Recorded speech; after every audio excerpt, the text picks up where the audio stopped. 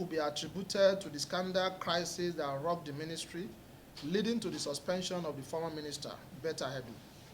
Findings and recommendation. After extensive appraisal of the reports of the ad hoc committee on the aforementioned observations and issues, the Council hereby states our findings and make recommendations as follows. 1. That the food insecurity, low standard of living currently experienced by Nigeria, closures of industries leading to loss of jobs and low productivities is occasioned by high exchange rate and inability of farmers to access their farm due to banditry, kidnapping, and insurgency. Hence, we recommend that government urgently strengthen security to enable local production to boost exports so as to attract foreign currency and reduce pressure on the naira. 2. That the recurring collapse of the national grids and the unstable epileptic supply of electricity is due to liquidity challenges.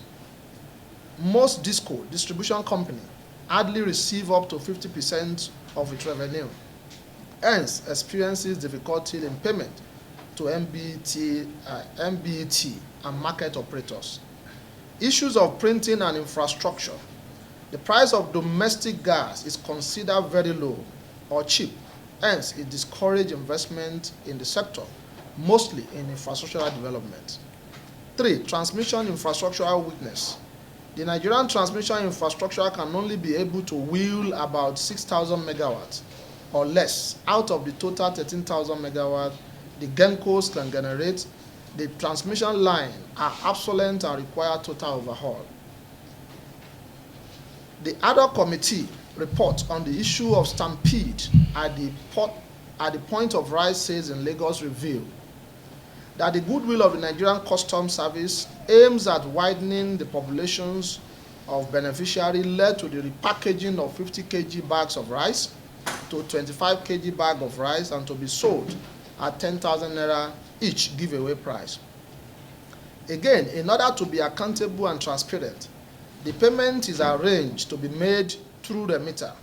However, due to poor network, the payment was slow, accumulating to waste of time, then leading to the decision for cash on ground purchase. Number 3, furthermore, it was also revealed that when the Comptroller General realized that the cash payment method was still slow and time was fast running out, he ordered for free distribution, which yielded positive result of very fast distribution. However, at some point, after he had left, the crowd became impatient and unruly as they observed that the products were running out. Then many pushed their way through the security barricades into the container. This led to stampede and suffocation of some due to intense heat and inadequate air. Number 4, our inquiry also showed that the emergency ambulances were readily available to pick and rush victims to hospital as an emergency preparedness approach, but the long distance and traffic situation did not help matter, as some lives were regrettably lost. We quite agree that there can be a better arrangement. However, the development is pardonable considering the good motive and intentions of the actions and decisions taken by the Comptroller General, Mr. Bashi Adewale Adeniyi. Hence, we recommend the service to conduct thorough investigation to address lapses and make adequate compensation to families of victims. The Nigerian Customs Service would have been relieved of the burden of the distributions of intervention items and save itself from any attendant complications if the Ministry of Humanitarian Affairs and Poverty Alleviation has been active enough to play its mandatory role. The Council believes that the recent inactiveness of the Ministry of Humanitarian Affairs and Poverty Alleviation is due to the unfortunate absence of a minister. The ministry won't witness an unflinching commitment of the minister in person of Dr. Betta Edu, patriotic zeal, and the capability to deliver on the mandate of the ministry.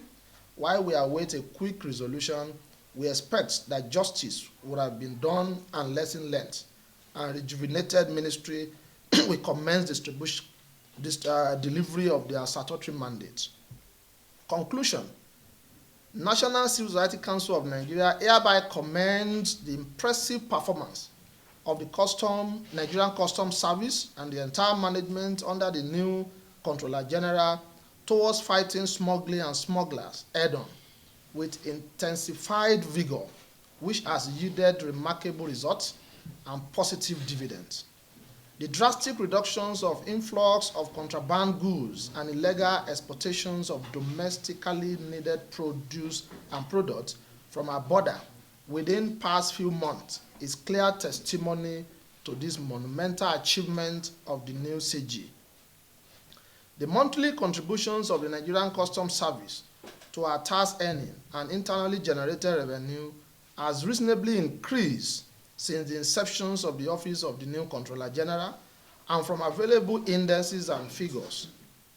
The figures are believed to be on steady increase in coming months and years. This accomplishment, if sustained, has potency of revigorating the nation's ailing economy.